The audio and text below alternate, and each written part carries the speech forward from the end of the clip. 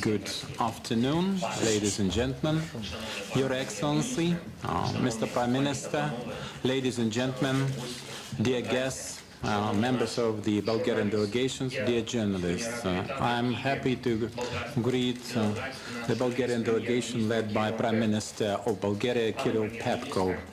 Mr. Prime Minister, last time we saw each other a bit more than 2 months ago, and that was the first time we met at the Munich conference, the Munich Security Conference, in fact. And we were discussing Ukraine, which was craving for peace. And Russia assured us that they were not going to attack. You remember, Cyril, how it was, but for 64 days now we have been witnessing the worth of those statements. For 64 days they have been attacking our country, our nation, our people, our civilians, our military, ruining everything, killing every living person, common people, destroying the infrastructure, schools, kindergartens, universities, hospitals. For 64 days we've been standing up to it,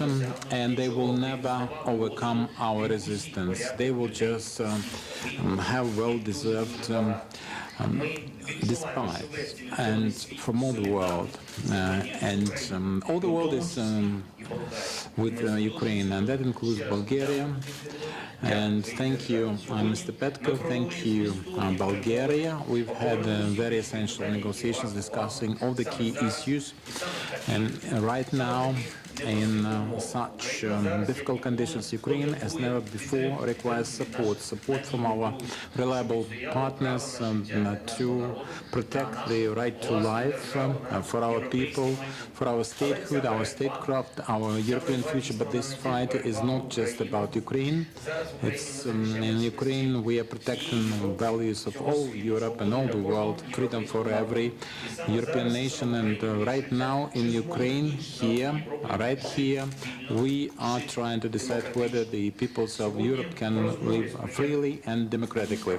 Talking to Prime Minister of Bulgaria, we discussed the interplay to repair of the Ukrainian armored vehicles using the manufacturing facilities of Bulgaria.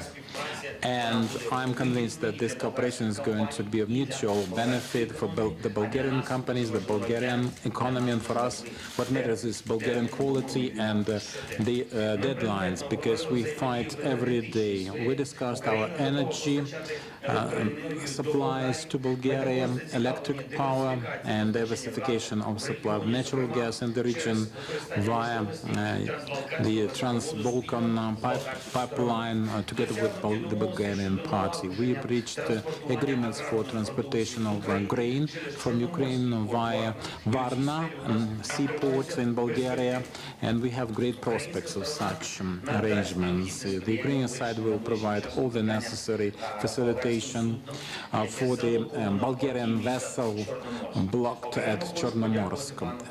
And I would like to thank His Excellency for the stance of the government in support of the sanction policy of the European Union. I would like to emphasize that sanctions against Russia are needed only for one thing, for them to seek peace.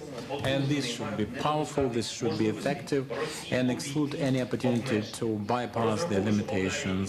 So I count on Bulgaria supporting strengthening of sanctions because of this war. And we discussed separately our path to the EU. I'm grateful to His Excellency for his unwavering and consistent support of the European future for Ukraine.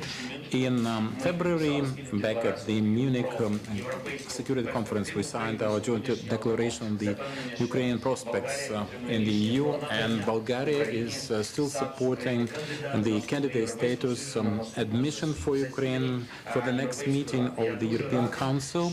I'm very happy that our partners recognize that Ukraine deserves and have already earned its fast-track procedure for accession to the European Union. I would like to thank Kirill Petkov for his personal initiative concerning collection of fundraising in favor of Ukraine. He inspired thousands of his compatriots with his initiative to donate more than 90,000 Ukrainian women and children who were fleeing from the horrors of war. Found their refuge in Bulgaria. Thank you very much for your hospitality and for your human and very much humane treatment of our compatriots. I would like to thank Prime Minister of Bulgaria for his readiness to participate in the reconstruction of Ukraine after the war in one of the southern regions of Ukraine in our big program of reconstruction and renovation for Ukraine. We believe that very soon we'll be able to bring all our people back home and reach the level of cooperation and mutual understanding that we enjoy with Bulgaria. That we want to have with all the world, all the European family, united by the history and most importantly by the future that we share. Thank you very much, Your Excellency. Thanks to your colleagues and to your people and to your state. Statement by the Prime Minister of the Republic of Bulgaria. Уважаеми господин президент, dear President of Ukraine, dear ministers, dear colleagues, first I want to thank you for the leadership that you have shown, leadership not only for Ukraine, but for the free world as a whole.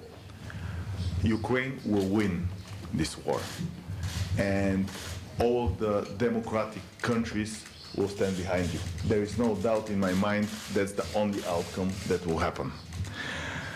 I want to thank you for the great discussion we had today. We have so many areas of support and synergies that we can do together. Bulgaria will be happy to facilitate the export of Ukrainian electricity into Bulgaria and the Balkans. That would give us a great opportunity to have additional supply of electricity, but also will give you free capital for you to use that's much needed here. Bulgaria will be more than happy to have Varna as a logistics hub for the grains and sunflower, and to distribute a lot of the grains that you cannot use through your ports, Varna to be there, to be a central logistic point for you.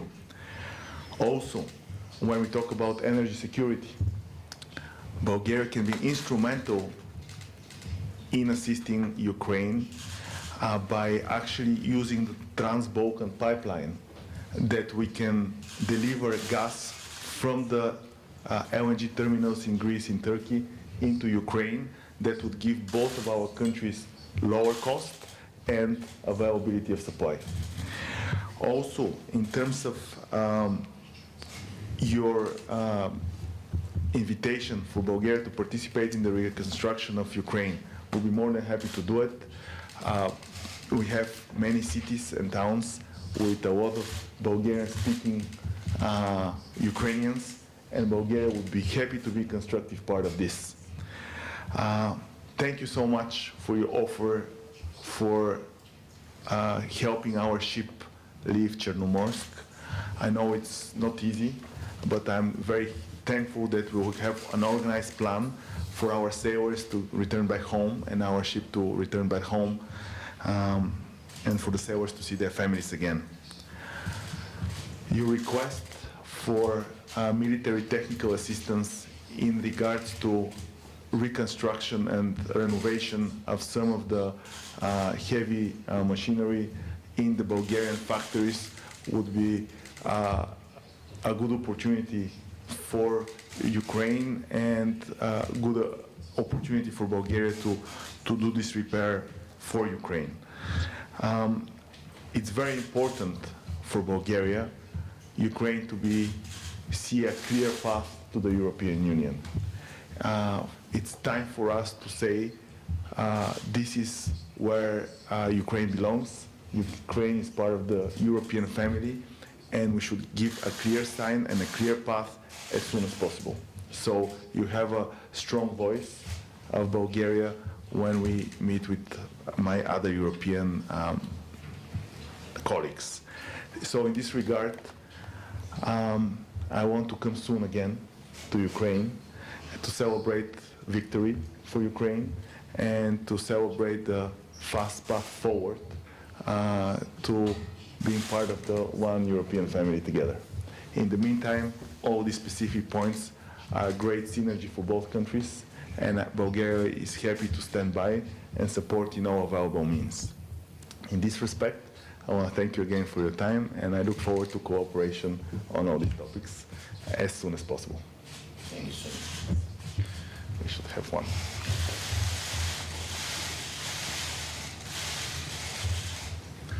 Дякую, шановні журналісти. Маєте можливість поставити пару запитань. Thank you, dear journalists. This is your turn to put questions. BTB, please.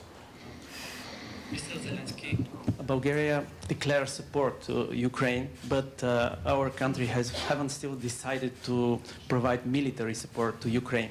Would you still consider it a friendly and supportive country if such decision is not taken?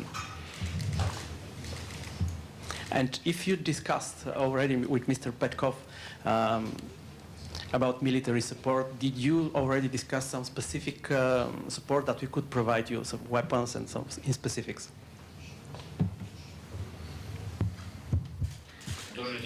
Thank you very much for this question. I'm absolutely frank, and I have been frank as a president of a country at war. I can afford this, like any Ukrainian, to save some dialogue, empty dialogue that makes no sense, and save time cutting on that. I would like to thank Prime Minister for just helping us, not just willing to help, not promising, but helping. Every country helps as much as they can. Sometimes some countries have 1,000 aircrafts and would not donate a single one. Some countries provide more than they can afford themselves. So Bulgaria is among the friendly countries from the second list I was discussing earlier, helping with different steps, the sanctions and support of our admission and accession to the European Union, and repair of the very important military equipment that can save human lives in Ukraine. This is also support for our defense and protection of our country. I think that you have something to be proud of, and some people you can be proud of in your country. Надія Юрченко, Укрінформ. Nadia Yurchenko. My first question is to Prime Minister of Bulgaria. The Russian military leaders have recently announced new targets of the so-called special operation, in reality an invading war, which is about taking over Odessa and the Transnistrian region with complete domination in the Black Sea. Does Bulgaria see any threats for itself in respect of this? Also, in the light of the promised support to Ukraine with repairs of military equipment from Ukraine and the use of the Varna port as a hub, do you see any prospects of enhancing security in the Black Sea to counteract those attempts by Russia? And the question to Mr. Zelensky. Presidential advisor Mikhailo Podolyak mentioned recently that legal advisors are preparing a basic agreement on security guarantees, which will involve certain package decisions on offer. Could you enlighten us what it will be about, whether it will be about countries taking some joint commitments on themselves, or it would be some individual one, on it, whether it will be about an umbrella solution?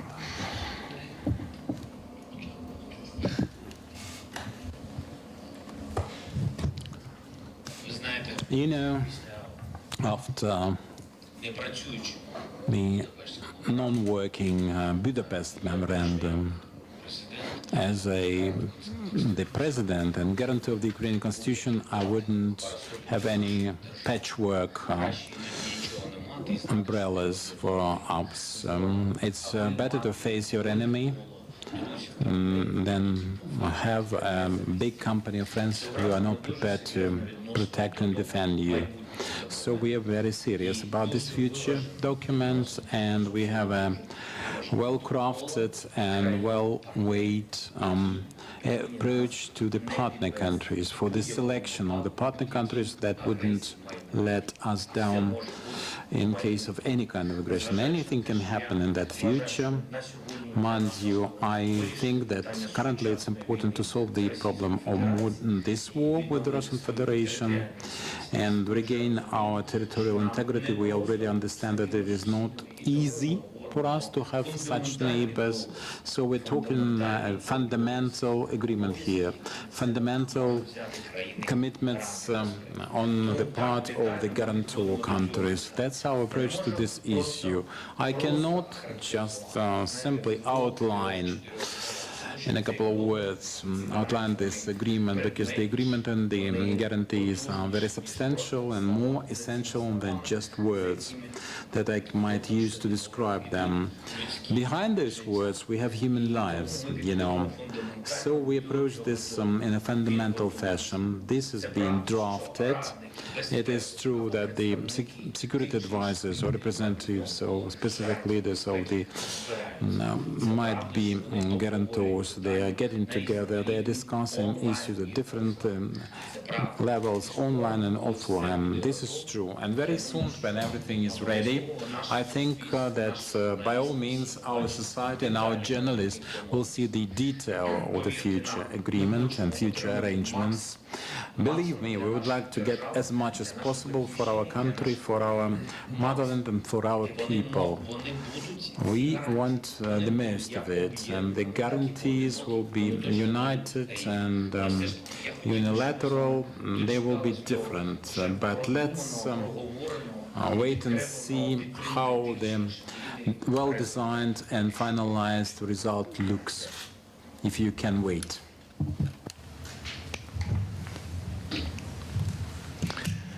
And to your question, first of all, today was very important to see how the war looks on the ground.